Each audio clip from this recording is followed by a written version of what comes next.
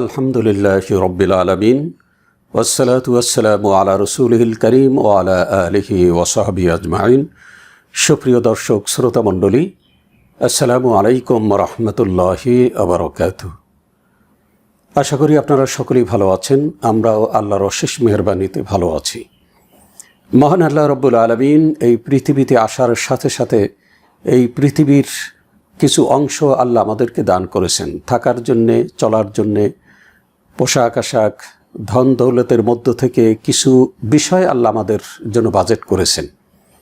এইটা কারো বেশি কারো কম। এই পৃথিবীতে বহু সংখ্যক মানুষ ধনী, আবার অনেক সংখ্যক মানুষ গরিব। আল্লাহ রাব্বুল আলামিন আমাদেরকে যাদেরকে সম্পদশালী করেছেন, এই সম্পদ দান করার ব্যাপারে, খরচ করার ব্যাপারে পবিত্র কোরআনে আল্লাহ রাব্বুল আলামিন অনেকগুলি খাত নির্দিষ্ট করে দিয়েছেন। যেমন জাকাতের একটি খাত, এই খাতে মোটামুটি 8টি শ্রেণী আছে। এই 8টি শ্রেণীতেই জাকাতের অর্থ ব্যয় করতে হবে। আমাদের মনে রাখতে হবে, জাকাত ধনীদের পক্ষ থেকে গরিবদের প্রতি কোনোভাবেই অনুকম্পা নয়, এটি তাদের হক। অফি আমওয়ালিহিম হাক্কুল লিসাইলি ওয়াল মাহরুম, ধনীদের সম্পদের ভিতরে গরিবদের অধিকার আছে। সুতরাং এই অধিকার আমাদের যথাযথভাবে আদায় করে দিতে হবে।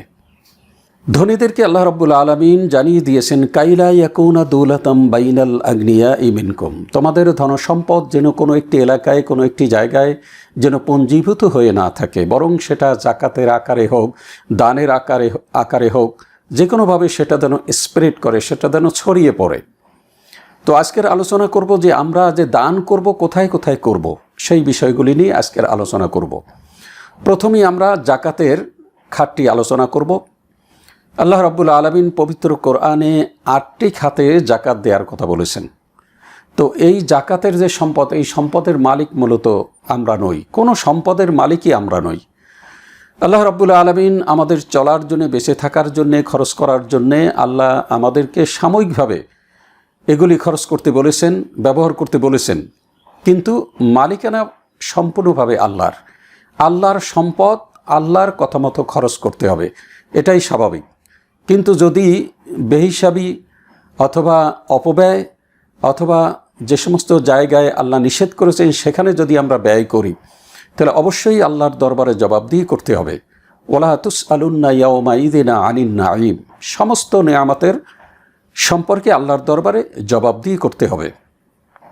আমি একথা ভাবতে পারি না যে আমার সম্পদ আমি যেখানে খুশি যদিচ্ছা আমি ব্যবহার করব, খরচ করব, কিন্তু আমার কোনো অধিকার নেই। আল্লাহ যে সমস্ত জায়গায় নির্দিষ্ট করে দিয়েছেন এই সমস্ত খাতেই ব্যয় করতে হবে। সন্তানের জন্য ব্যয়, তো পরিবারের জন্য ব্যয়, সমাজের জন্য, সমাজের নিরন্ন মানুষ সকলকে যাতে সমানভাবে সুবিধা ভোগ করতে পারে, দরিদ্র হয়েও যেন অর্থনৈতিকভাবে একেবারে যেন গরিব না থাকে, এটাই মূলত আল্লাহ রাব্বুল আলামিনের উদ্দেশ্য। তাই জাকাতের যে বিধান, এই বিধানটি মূলত আসলে ব্যক্তিগতভাবে নয়। আমরা ব্যক্তিগতভাবে জাকাত দিয়ে থাকি, কিন্তু জাকাত হচ্ছে সম্পূর্ণ রাষ্ট্রীয় ব্যাপার। তার কারণ এখানে একটি খাত রয়েছে আমিলিন। আমিলিন মানে আমরা বিভিন্ন সময় বলে থাকি আমলা। আমলা মানে সরকারি কর্মচারী বা সরকারি চাকর। অর্থাৎ এই জাকাত খাতে, জাকাত ডিপার্টমেন্টে যারা কাজ করবে, চাকরি করবে, জাকাত কালেকশন করবে, তাদের বেতন ভাতাদি এই জাকাত খাত থেকে দেয়া যাবে। তাহলে এ দ্বারা বোঝা যায় যে জাকাত আসলে রাষ্ট্রীয় ব্যাপার। এরপরে আল্লাহ রাব্বুল আলামিন পবিত্র কোরআনে আমাদেরকে জানিয়ে দিয়েছেন জাকাতের খাত হচ্ছে 8টি। 5টি খাত থেকে জাকাত নিতে হবে, 8টি খাতে ব্যয় করতে হবে। এই জন্য আমরা বলতে পারি যে জাকাতে 13 ফরজ। নামাজে যেমন 13 ফরজ, ঠিক জাকাতেও 13 ফরজ। যেমন 5-এর 1, 10-এর 1, 20-এর 1, 40-এর 1 পশুর জাকাত। এই 5টি খাত থেকে জাকাত নিয়ে 8টি খাতেই জাকাত ব্যয় করতে হবে। প্রথম যে খরচ করতে হবে সেটা হলো ফকির, অর্থাৎ নিঃস্ব, যারা আসলেই গরিব। মিসকিন, এখানে দুটো ব্যাখ্যা রয়েছে। একটা হচ্ছে যে একসময় তারা ধনী ছিল, কালের চক্রে বা সময়ের ব্যবধানে তারা এখন গরিব হয়ে গেছে, কিন্তু মানুষের কাছে হাত পাততে পারে না, এদেরকে বলা হয় মিসকিন। তো এরা মানুষের কাছে হাত পাতবে না বটে, কিন্তু আমাদেরকে খুঁজি খুঁজি বের করে তাদেরকে জাকাত দিতে হবে, যাতে করে তাদের ভরণ পোষণ চলাফেরা সুন্দরভাবে চলতে পারে, এটা তাদের হক। এক।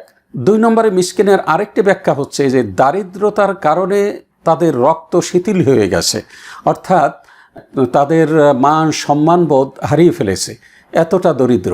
যেমন ধরুন আপনার কাছে কেউ জাকাত চাইলো যে আমাকে কিছু টাকা দেন, আপনি দিলেন না, তো এরপরে আবার চাইলো, আপনি 2-1টা গালমন্দও করলেন, এরপরেও তার লজ্জা হচ্ছে না, সে আবার চাচ্ছে, আপনি তাকে ধাক্কা মেরে ফেলে দিলেন, এরপরে উঠে আবার চাচ্ছে। তার মানে দারিদ্রতার কারণে তার রক্ত শিথিল হয়ে গেছে, এখন সম্মান বোধ বলতে তার ভিতরে কিছু নাই, এদেরকে মিসকিন বলা হয়। তো এই দুটো ব্যাখ্যা রয়েছে মিসকিনের ব্যাপারে। এরপর হচ্ছে আমিলিন, অর্থাৎ জাকাত খাতে যারা চাকরি করবে, এই জাকাত ডিপার্টমেন্টে যারা চাকরি করবে, তাদেরকে জাকাত থেকে তাদের বেতন দেওয়া যাবে। 4, যাদের মন জয় করা যায়, অর্থাৎ যারা যেখানে টাকা দিলে পরে ইসলামের সৌন্দর্যে আকৃষ্ট হবে, এই সমস্ত লোকদেরকে জাকাত দেওয়া যাবে। অর্থাৎ জাকাত দিলে পরে তারা ইসলামের দিকে আকৃষ্ট হবে, মুসলিম হবে, অথবা যদি কোনো ক্ষতির সম্ভাবনা থাকে সেটা থেকে সে নিবৃত্ত থাকবে। তো এদেরকে বলা হয় যাদের মন জয় করা যায়। কোরআনের ভাষায় অল মুআল্লাফাতিল কুলুব। এরপরে আছে ঋণগ্রস্ত, এতটা ঋণ যে যার সহায় সম্পত্তি যতটুকু আছে, এগুলি যদি ঋণ পরিশোধ করতে যায় তাহলে তার কিছুই থাকবে না, একবারে নিঃস্ব হয়ে যাবে, পথে বসে যাবে। এই ক্ষেত্রে জাকাতের খাত থেকে টাকা নিয়ে ঋণ পরিশোধ করা যাবে। এরপরে দাস মুক্তি। দাস মুক্তি একসময় ছিল, এখন যদিও এটা নেই, কিন্তু আবার এই পৃথিবী ঘুরে আসতে পারে, কোনো না কোনো সময় আবার দাস প্রথা চালু হতে পারে। তো এজন্যে এই বিষয়টি এখানে এভাবেই থেকে গেছে ভবিষ্যতের কথা চিন্তা করে। তো এটা এখন আমাদের দেশে বা গোটা পৃথিবীতে এখন এর বিষয়টি নেই। এরপরে 7 নম্বরে হচ্ছে ফি সাবিলিল্লাহ, অর্থাৎ যেখানে টাকা খরচ করলে পরে আল্লাহর দিন বুলন্দ হবে। যেমন ধরুন একজন আলেম একটা বই লিখলো, কিন্তু সে প্রকাশ করতে পারছে না, পাবলিশ হচ্ছে না, এখন এই জাকাতের খাত থেকে টাকা নিয়ে এই বইটা বা এই তাফসিরটা বা এই হাদিস গ্রন্থ এগুলি প্রকাশ করে জনগণের মাঝে দেয়া যেতে পারে, তাহলে পরবর্তীতে এইটা পড়ে দেখে লোকেরা দিন শিখবে। তো এইটা হলো ফি সাবিলিল্লাহর খাত, যে এইটা পড়ার পরে যে ইলম অর্জিত হবে এর দ্বারা ইসলামের দিকে আরও ধাবমান হবে, আকৃষ্ট হবে। এটা হলো 7 নম্বরে। 8 নম্বরে হচ্ছে ইবনুস সাবিল, অর্থাৎ মুসাফির, অর্থাৎ আপনি ধনী মানুষ, কিন্তু আপনি এমন একটি জায়গায় গেলেন সেখানে আপনার টাকা ছিনতাই হয়ে গেল অথবা পকেট মার হয়ে গেল, এখন আপনার কিচ্ছু নেই, আপনি একেবারে নিঃস্ব। তো ওই এলাকার লোকদের কাছ থেকে জাকাত নিয়ে আপনি বাড়ি পর্যন্ত আসতে যে খরচ যেটা দরকার সেটা আপনি জাকাতের খাত থেকে নিতে পারবেন এবং তারাও এটা দিতে পারবে। তো এই 8টি হচ্ছে জাকাতের খাত। তো এই 8টি খাতে জাকাত দিতে হবে, এইটা কোনো অনুগ্রহ নয়, অনুকম্পা নয়, এটা হলো তাদের অধিকার। তাহলে 5টি খাত থেকে জাকাত নিতে হবে। তো 5টি খাত কোথায়? 5-এর 1 হলো গুপ্তধন, অর্থাৎ প্রাকৃতিক সম্পদ। আমাদের দেশে যেমন তেল আছে, গ্যাস আছে, যেমন কয়লা আছে, পাথর আছে, এরপরে বনজ সম্পদ আছে, এগুলির প্রাকৃতিক সম্পদ। এই প্রাকৃতিক সম্পদের 5/1 ভাগ জাকাত দেবে সরকার। সরকার যদি এই 5/1 ভাগ জাকাত দেয় তাহলে বাংলাদেশে অন্তত গরিব থাকার কথা নয়। এরপর আছে 10-এর 1, অর্থাৎ প্রাকৃতিক উপায়ে যে সমস্ত কৃষি বা মাটি থেকে ফুরে ওঠে এমন ফল ফসলাদি, এগুলি 10/1 ভাগ, এখানে প্রাকৃতিক উপায় যেটা ফলন হয়। আরেকটি হচ্ছে 20/1 ভাগ, এইটা হচ্ছে আপনি ফসল ফলাবেন, সেখানে কীটনাশক ঔষধ ব্যবহার করবেন, পানির সেচ দিবেন, এরপরে লেবার খাটাবেন, এতে যে খরচ যেটা হবে বা যে ফলনে আপনি খরচ করবেন সেটার 20/1 ভাগ জাকাত দিতে হবে। এরপর হচ্ছে 40/1 ভাগ, এটা হলো স্বর্ণ, রৌপ্য এবং ব্যবসায়ী মাল অথবা ব্যাংকে জমাকৃত বা পঞ্জীভূত টাকা, এর 40/1 ভাগ, অর্থাৎ শতকরা 2.5 টাকা হারে জাকাত দিতে হবে। এরপর হচ্ছে পশুর জাকাত। তো পশুর জাকাত আমাদের দেশে হবে না, কারণ যে এজন্য যে চারণভূমি থাকা দরকার সেটা আমাদের দেশে নেই। তাহলে 5টি খাত থেকে জাকাত নিতে হবে, 5-এর 1, 10-এর 1, 20-এর 1, 40-এর 1 পশুর জাকাত। এই 5টি খাত থেকে নিয়ে এই 8টি খাতে এই জাকাত ব্যয় করতে হবে। তাহলে এখানে আমরা ব্যয় করার 8টি খাত আমরা পেলাম। এরপর হচ্ছে যে সম্পদ যেটা থাকবে সেটা থেকেও ব্যয় করতে হবে। তো একে বলা হয় এহসান। তো এহসান করতে হবে 9টি খাতে। তো এই 9টি খাত এখন আমি আলোচনা করছি। তো এটা কোনো জাকাত নয়, এটা হলো এহসান। অর্থাৎ আপনি জাকাত দেওয়ার পরেও কিছু লোক আছে বা আত্মীয় স্বজন আছে বা কিছু মানুষ আছে যাদেরকে এমনি জাকাত দিতে হয় বা এমনি অর্থাৎ এমনি সাহায্য করা হয়। এর মধ্যে হচ্ছে পিতামাতা। যেমন কোরআনে, পবিত্র কোরআনে আল্লাহ রাব্বুল আলামিন বলছেন, ওয়াবুদুল্লাহ ওয়ালা তুশরিকু বিহি শাইআ ওয়াবিল ওয়ালিদাইনি ইহসানা ওয়াবিদিল কুরবা ওয়াল ইয়াতামা ওয়াল মাসাকিনি ওয়াল জারিজিল কুরবা ওয়াল জারিল জুনুব ওয়াস সাহিবি বিল জামবি ওয়াবনিস সাবিল ওমা মালাকাত আইমানুকুম।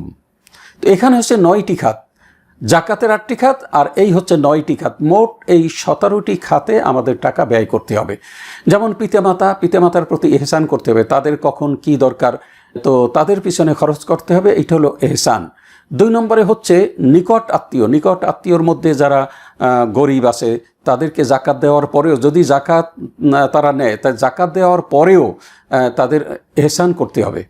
এরপর হচ্ছে ইয়াতিম, মিসকিন, যেটা জাকাতের খাতেও আছে। এরপরে নিকটতম প্রতিবেশী, অর্থাৎ আমার আশেপাশে যদি কোনো গরিব নিরন্ন মানুষ যদি বসবাস করে তাহলে তারা এহসান পাবে, জাকাতও পেতে পারে কিন্তু এহসানও পাবে। এরপরে দূরবর্তী প্রতিবেশী, যারা দূরে আছে তারাও আমাদের কাছ থেকে এহসান পাবে। এরপর হচ্ছে পাঁজরের সাথী মানে হচ্ছে কেউ বলেছেন স্ত্রী, অথবা কেউ বলেছেন যে মনে করুন আপনি ব্যবসা করছেন, আপনি চাকরি করছেন বা কোথাও যাচ্ছেন, আপনার পাশে যে লোকটি, সে লোকটি যদি অভাবগ্রস্ত হয়, সে লোকটি যদি নিরন্ন মানুষ হয় বা সে যদি বিপদে এবং মুসিবতে পড়ে তাহলে তাকেও টাকা দেয়া যেতে পারে। এটা হলো এহসানের মধ্যে পড়ে। এরপর হচ্ছে ইবনুস সাবিল, অর্থাৎ সেই মুসাফির যদি সে নিঃস্ব হয়ে যায়, অর্থাৎ ধনী মানুষ, একসময় ধনী মানুষ ছিল, এখন সফরে এসেছে, তার টাকাটা পকেটমারি হয়ে গেছে অথবা ছিনতেই হয়ে গেল, তো এই লোকটি এখন একেবারে অসহায়, কিন্তু সে এহসানও পাবে। এরপরে অধীনস্থ দাসী, এরাও এহসান পাবে, এদের পিছনেও টাকা খরচ করতে হবে আমাদের সম্পদ আল্লাহ যা দান করছেন তার থেকে। এই জাকাতের 8টি খাত আর এহসানের এই 9টি খাত, এই 17টি খাতে মহান আল্লাহ রাব্বুল আলামিন আমাদেরকে খরচ করতে বলেছেন। আমরা যারা ধনশালী আছি, ভিত্তশালী যারা আছি, এই 17টি খাতে আমাদের টাকা ব্যয় করতে হবে। কিন্তু এই 17টি খাতের মধ্যে পীরকে দিতে হবে, কবরে দিতে হবে, মাজারে দিতে হবে, নাটকে দিতে হবে, সিনেমায় দিতে হবে, যাত্রায় দিতে হবে, এই কথা কিন্তু বলা হয়নি। কারণ যে এই সম্পদটা হচ্ছে আল্লাহর সম্পদ, আল্লাহর কথা মতো আপনাকে ব্যয় করতে হবে। যদি এর ব্যত্যয় ঘটে তাহলে অবশ্যই আল্লাহর দরবারে জবাবদিহি করতে হবে। তার কারণ আমার সম্পদ আমার নয়, আমার সম্পদের মালিকানা একমাত্র আল্লাহর। আমার কাছে আমানত রেখেছেন, এখন আমানতের যথাযথ কদর যদি না করি, যদি খেয়ানত করি, তাহলে অবশ্যই খেয়ানতকারী হিসাবে আল্লাহর দরবারে আমাকে উঠতে হবে, আসামির কাঠগড়ায় দাঁড়াতে হবে। তো সুতরাং এখন যে আল্লাহ আমাদেরকে যে টাকা দিলেন, এইটা হকটাও আল্লাহ বলে দিলেন, এবং আমরা যেটা ব্যয় করব আমাদের নিজেদের জন্য, পরিবারের জন্য, সেটাও কিন্তু আল্লাহ আমাদেরকে বলে দিয়েছেন। কিন্তু এমন অনেক জায়গা আছে যেখানে টাকা দেয়া আদৌ যাবে না, বরং আল্লাহ রাব্বুল আলামিন নিষেধ করেছেন। রাসূল আকরাম সাল্লাল্লাহু আলাইহি সাল্লাম এই সমস্ত খাতে ব্যয় করতে আল্লাহ নিষেধ করেছেন। তো এই জন্যে আমরা যদি সচেতন হই তাহলে অবশ্যই আমরা এই সমস্ত খাতে আমরা ব্যয় করব না, আর ব্যয় করলে কিন্তু আল্লাহর দরবারে অবশ্যই আমাদের জবাবদিহি করতে হবে। তো সুতরাং একজন মানুষ সমাজে যখন আমরা বসবাস করে, ধনশালী, বিত্তশালী, তখন দেখা যায় যে বিভিন্ন জায়গায় টাকাগুলি খরচ করছে, এমন জায়গায় খরচ করছে যেখানে টাকা দিলে পরে আল্লাহর নাফরমানি হবে এবং আল্লাহর নাফরমানিমূলক কাজ লোকেরা করতে উৎসাহ বোধ করবে। এমন অনেক খাত আমরা দেখি বিভিন্ন সময় এই ভিত্তশালী এবং ধনশালী লোকেরা এই সমস্ত খাতে ব্যয় করে থাকে। তো এর থেকে আমাদের পরহেজ থাকতে হবে, আমাদের মনে রাখতে হবে অবশ্যই হাসরের ময়দানে এই সম্পদ সম্পর্কে আল্লাহর দরবারে অবশ্যই আমাদের মোয়াকাজা হতে হবে, আল্লাহর দরবারে অবশ্যই উঠতে হবে।